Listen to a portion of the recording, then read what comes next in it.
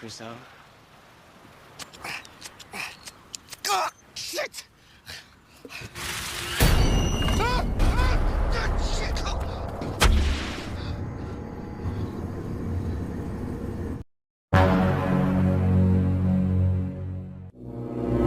Halo teman-teman, para pecinta film, kembali lagi bersama Erto Film, rekomendasi dan rekam jejak film Anda. Apa kabar semuanya? Di kesempatan video kali ini, Mimin kembali akan membahas satu alur cerita film yang berjudul Prey, rilis pada tahun 2019. Film garapan Frank Halfon ini menceritakan kisah seorang remaja pria yang sedang menjalani rehabilitasi mental di sebuah pulau kosong. Ternyata di pulau kosong itu ia bertemu dengan seorang gadis yang sangat cantik dan misterius. Oke Wal, tanpa banyak spoiler di awal, langsung saja kita simak alur ceritanya. Ini dia, Prey, Ciki Jos.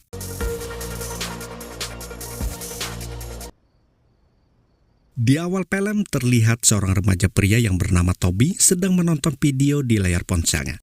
Sang ayah datang memanggilnya meminta bantuan untuk memperbaiki mobil klasik mereka di garasi. Namun, Toby yang lagi asik tidak menggubris permintaan sang ayah. Sang ayah pun pergi keluar menuju garasi lalu membuka kap mobilnya. Saat itulah muncul dua orang bertopeng dari belakang. Para pencuri ini lalu menusuk ayahnya Toby dan membawa kabur mobil klasik tersebut. Toby yang saat itu masih asik dengan ponselnya segera keluar mendatangi sang ayah setelah mendengar suara berisik dari arah garasi. Terdengar suara sirine polisi dan sayup-sayup suara seorang wanita memanggil nama Toby. Dan film pun dimulai di sebuah ruang psikiater, di mana Toby yang didampingi oleh sang ibu disarankan untuk mengikuti sebuah program hilang temu agar ia bisa menjernihkan pikiran pasca trauma yang dialaminya atas tewasnya sang ayah. Cerita berpindah di sebuah ruang perahu layar. Toby sedang mengikuti arahan untuk mengikuti kegiatan tahap akhir program hilang temu. Para peserta akan diantar ke sebuah pulau kosong di sekitar pulau-pulau yang ada di Malaysia untuk berkemah dan bermalam selama 3 hari 3 malam sendirian. Toby lalu diantar oleh seorang instruktur yang bernama Kay ke pulau di mana ia akan bermalam. Ia diingatkan untuk datang ke titik penjemputan di hari ketiga menjelang fajar. Sepeninggal Kay, Toby memandangi ke sekeliling pulau. Ia pun membuat sebuah tenda sambil menciptakan teman hayalannya, pemeran utama dalam film Robinson Crusoe. Setelah itu, ia lalu memasuki hutan untuk mengumpulkan ranting kayu.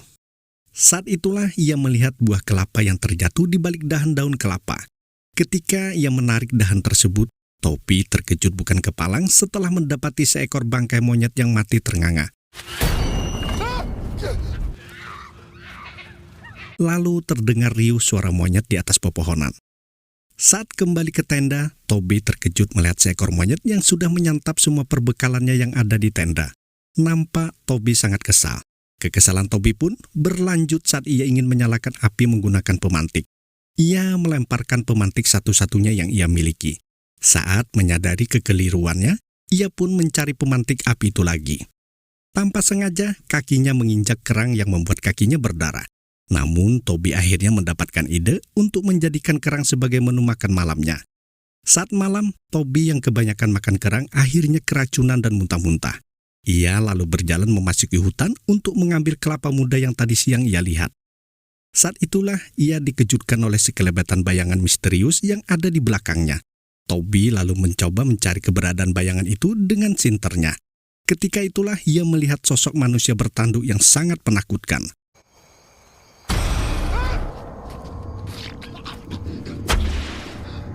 Toby pun berlari ke tenda untuk mengambil suat, lalu mengarahkannya ke arah sosok tersebut. Toby lalu terjatuh pingsan saat berjalan ke arah pepohonan karena keracunan makanan tadi yang ia makan. Keesokan paginya, Toby yang baru terbangun terkejut setelah mendapati 2 butir kelapa muda di dekatnya, yang sudah dalam kondisi terpotong siap untuk diminum. Ia yang haus pun segera meminumnya. Ketika ia melihat ke arah pantai, ia makin terkejut setelah melihat sosok seorang wanita muda dan cantik sedang mandi di pantai. Wanita itu lalu beranjak pergi memasuki hutan. Toby kemudian mengikutinya secara diam-diam. Ia sempat kehilangan jejak, namun secara tiba-tiba wanita itu telah berdiri di depannya dengan golok yang terhunus, lalu berlari ke arah Toby. Toby yang ketakutan pun terjatuh.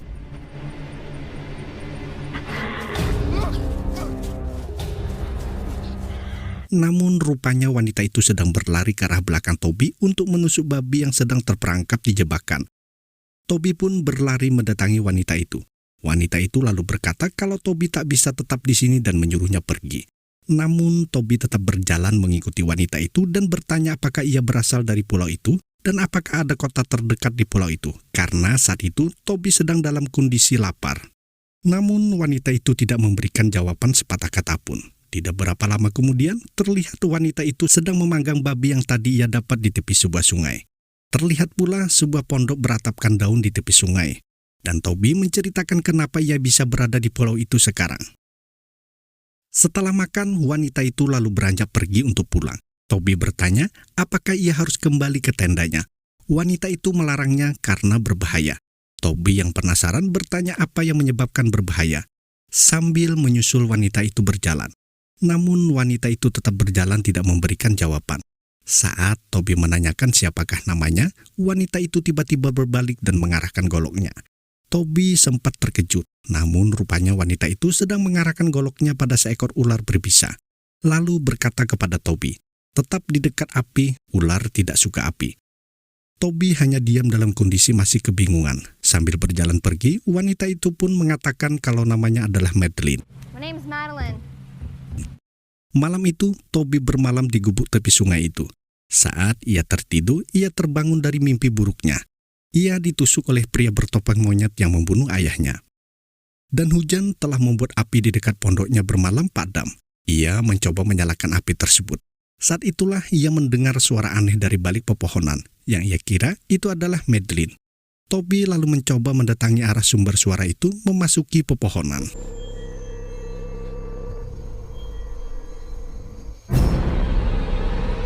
Keesokan paginya, ketika Toby bangun, Madeline sudah ada di sana sedang memasak makanan. Ketika itulah Madeline melihat bekas luka di kaki Toby. Setelah makan, Madeline mengajak Toby untuk mencari obat mengobati lukanya. Toby bertanya pada Madeline apakah ada hewan bertanduk seperti kambing di pulau ini. Madeline balik bertanya apakah Toby menemuinya, dan tidak memberikan jawaban pasti. Madeline ternyata tinggal di pulau itu hanya bersama ibunya. Tidak berapa lama, mereka berdua menemukan pohon istimewa yang dijadikan obat oleh Madeline untuk mengobati luka kaki Toby. Hari itu, mereka terlihat sudah mulai akrab. Madeline membantu Toby membuat gubuk dan membuatkan senjata tombak, serta mengajarinya menangkap ikan menggunakan tombak. Ketika hari semakin gelap, mereka berdua berada di sebuah pohon yang terlihat angker yang merupakan pintu masuk menuju rumah Madeline. Madeline berpesan kepada Toby untuk selalu membawa senjata tombak di dekatnya. Toby yang penasaran mencoba bertanya apakah makhluk bertanduk itu akan mendatanginya malam ini. Namun Madeline malah mengatakan kalau ibunya baik. Ibunya akan membunuhnya jika ia menemukan Toby. Hal ini membuat Toby semakin bingung. Toby yang tidak dibolehkan mengikuti Madeline akhirnya mengatakan kalau ia besok akan pergi karena sudah waktunya dijemput. Hal ini pula membuat Madeline marah karena Toby pergi begitu saja besok harinya. Sementara itu, Kay sang instruktur mendengar suara teriakan mendatangi pulau tempat Toby bermalam. Ia yang sendirian mencari Toby di tengah hutan akhirnya tewas dibunuh oleh makhluk misterius. I swear to God if you're messing with me. Pada keesokan paginya, Toby yang bangun kesiangan segera berlari menuju pantai untuk menemui Kay sesuai jadwal penjemputan. Ketika ia sudah berada di bibir pantai, Toby tidak menemukan Kay maupun kapal yang akan menjemputnya. Setelah menunggu beberapa saat, Toby melihat pelampung keselamatan terapung di antara batu karang. Ia lalu mencoba mendatanginya. Saat itulah Toby dikagetkan setelah melihat perahu layar Kay dalam posisi terbalik tidak jauh dari tempatnya berada. Tidak lama berselang keluar seorang wanita separuh baya yang berenang dari dalam kapal yang terbalik menuju pantai lalu memasuki hutan. Toby lalu menyelam memasuki kapal. Saat itulah ia dikagetkan oleh sosok mayat Kay yang terapung di dalam kapal.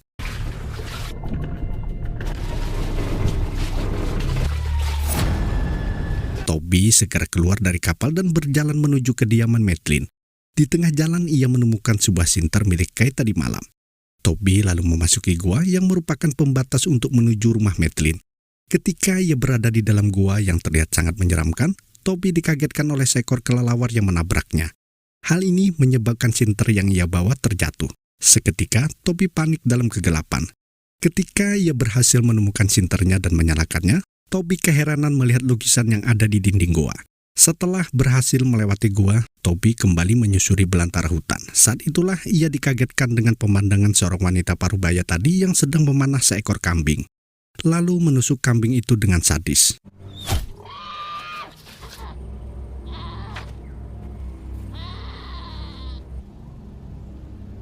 Toby kemudian pergi meninggalkan tempat itu. Tidak lama berselang, ia menemukan sebuah rumah yang ia yakini itu adalah tempat tinggal Madeline. Ia kemudian memasuki rumah itu. Di dalam rumah, Toby menemukan tas milik Kay dan menemukan beberapa buku dan foto zaman dulu. Toby sangat gembira ketika ia melihat sebuah radio komunikasi tergeletak di atas sebuah meja. Ia segera mengambil radio itu, lalu melakukan panggilan darurat. Sempat ada yang memberikan jawaban respon suara dalam radio. Namun setelah itu tidak ada lagi yang menjawab. Saat itulah wanita parubaya yang ternyata adalah ibunya Madeline memasuki rumah bersama Madeline. Toby segera bersembunyi di bawah kolong ranjang. Toby mendengarkan percakapan Madeline dan ibunya yang melarangnya untuk keluar jauh dari rumah. Ibunya juga berpesan agar memberitahukannya kalau bertemu dengan manusia baru. Saat itu juga Toby dikagetkan oleh seungguk kepala monster bertanduk yang menyeramkan yang sudah terpotong. Hal ini membuat Madeline curiga. Madeline lalu mendekati di mana Toby berada. Toby segera mendatangi Madeline sambil berbisik. Madeline menyuruh Toby untuk pergi dari sana karena berbahaya. Ia menyuruh Toby untuk pergi ke tepi pantai bebatuan sebelah timur dan berjanji akan menemuinya di sana. Toby pun lalu pergi meninggalkan rumah Madeline. Ia segera membuat gubuk baru dan menyiapkan perangkap jebakan untuk berjaga-jaga. Saat ia sedang makan di pinggir pantai, ia melihat kilauan cahaya dari arah seberang pulau. Toby kemudian membuat api unggun yang besar untuk mengirimkan sinyal. Saat malam, Madeline datang ke tempat Toby. Toby lalu menceritakan kalau orang yang akan menjemputnya telah tewas, dan kapalnya ditemukan terbalik. Mayat orang yang menjemputnya ia temukan dalam kapal. Toby juga menceritakan ia melihat ibunya Madeline keluar dari dalam kapal. Ia yakin ibunya Madeline telah membunuh Kay. Toby kemudian bertanya apa sebenarnya yang terjadi saat ini. Madeline menceritakan ia hanya ingat masa kecilnya yang selalu diisi dengan bermain bersama anak seumurannya. Mereka sangat bahagia waktu itu, hingga sesuatu terjadi. Madeline menangis sendirian di sudut ruangan dan ibunya dipenuhi dengan darah dan memintanya agar tidak melihatnya. Sekarang Madeline terus melihat hal-hal buruk yang terjadi setiap malam. Seolah ada monster di sekitarnya. Ia merasa ibunya telah membunuh mereka semua. Toby yang kasihan mengajak Madeline untuk pergi mengikutinya menunggu kapal pencari yang ia yakin mencarinya. Madeline setuju untuk ikut pergi. Ia berjanji besok ia akan menemui Toby dan berpesan jangan pergi tanpanya. Pada keesokan paginya, Toby terbangun setelah mendengar suara pesawat kecil yang melintas di dekat pulau itu. Toby segera berlari ke arah tepi pantai. Namun Toby harus kecewa karena pesawat itu berlalu begitu saja karena tidak melihat keberadaannya. Hey! Hey! Ketika Toby berjalan menyusuri pantai, Toby melihat sebuah bangunan menara mercusuar yang sudah tua dan sepertinya tidak terpakai. Ia lalu memasuki bangunan itu dan menuju lantai atas. Ketika di atas, ia menemukan lampu suar dan mesin diesel pembangkit listrik untuk lampu suar. Saat ia mencoba menyalakannya, ia tidak berhasil. Lalu ia memeriksa bahan bakar mesin itu. Ternyata bensinnya telah kosong. Toby akhirnya ingat ia pernah melihat jerigen yang berisi bensin di rumah Madeline waktu itu. Ketika ia berjalan di tengah hutan, Toby dikagetkan oleh Cameron yang saat itu tiba-tiba muncul di balik sebuah pohon besar dan hampir saja memukulnya. Cameron datang ke pulau itu setelah menunggu lama, Kay yang tak kunjung datang di pulau seberang tempat ia bermalam. Setelah menemukan perahu dayung, ia mendatangi pulau tempat Toby berada saat ia melihat api sinyal yang dinyalakan Toby. Malam itu, Cameron mengajak Toby untuk pergi ke pulaunya karena jelas-jelas kosong. Namun Toby menjawab ia tidak akan pergi meninggalkan Madeline. Hal ini membuat Cameron keheranan. Cameron yang terus memaksa untuk pergi dari pulau itu membuat Toby marah. Toby bertekad membantu Madeline dan pergi menuju rumah Madeline. Ketika Toby memasuki rumah Madeline, ia tidak menemukannya. Saat ia akan pergi, tiba-tiba ibunya Madeline menyergapnya dari belakang sambil menodongkan parang ke lehernya.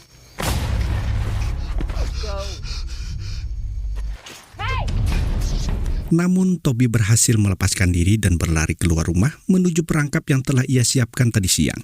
Saat ibunya Madeline menabrak tali perangkap, seketika ia berteriak karena perutnya kini tertancap kayu perangkap.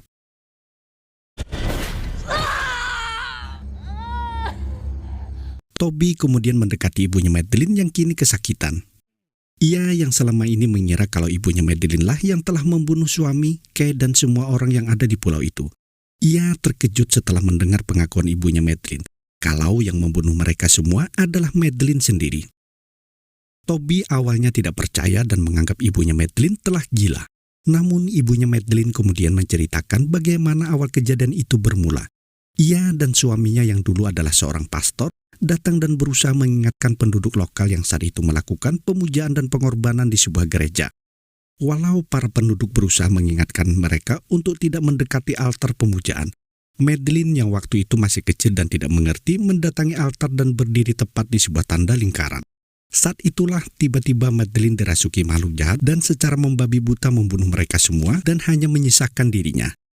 Ibunya Madeline yang mulai sekarat kemudian memberikan sebungkus buah merah yang dapat digunakan oleh Toby untuk menundukkan makhluk itu. Ia juga memberitahukan kalau makhluk itu takut dengan cahaya. Ibunya Madeline berpesan kepada Toby jangan sampai membiarkan Madeline pergi meninggalkan pulau itu karena itu sangat membahayakan orang lain. Dengan raut kebingungan dan penyesalan, Toby pergi meninggalkan ibunya Madeline. Sementara itu, Cameron yang sedang sendirian menunggu kedatangan Toby di depan perapian terkejut mendengar suara di pepohonan. Ia mengira itu adalah Toby. Sementara itu, Toby berlari kencang mendatangi tempat Cameron untuk menyelamatkannya. Namun, Madeline telah berhasil membunuh Cameron setelah ia berada di pepohonan jauh dari perapian.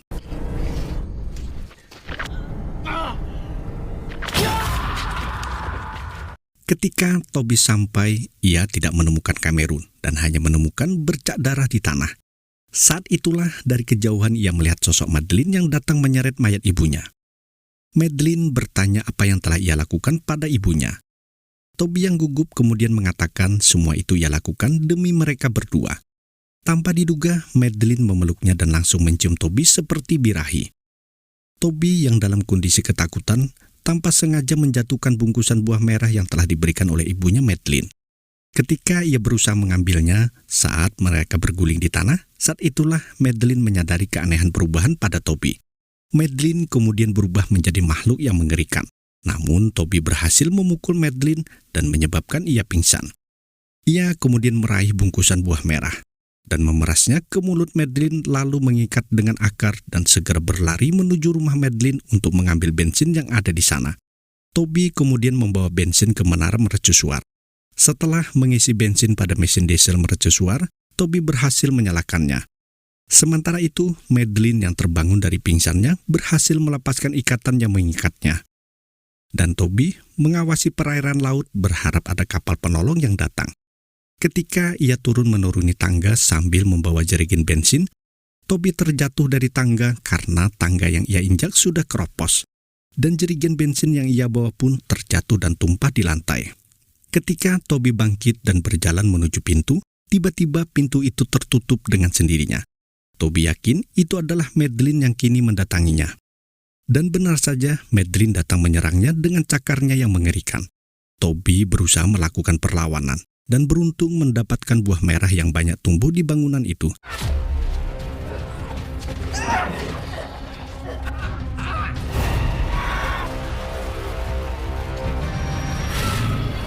Singkat cerita, Toby akhirnya berhasil membakar Madeline di bangunan mercusuar itu, lalu bergegas keluar menuju pantai dan berenang mendatangi sebuah kapal yang waktu itu melihat lampu suara yang ada di pulau itu. Di akhir film terlihat Toby berhasil berenang mendekati kapal penolong.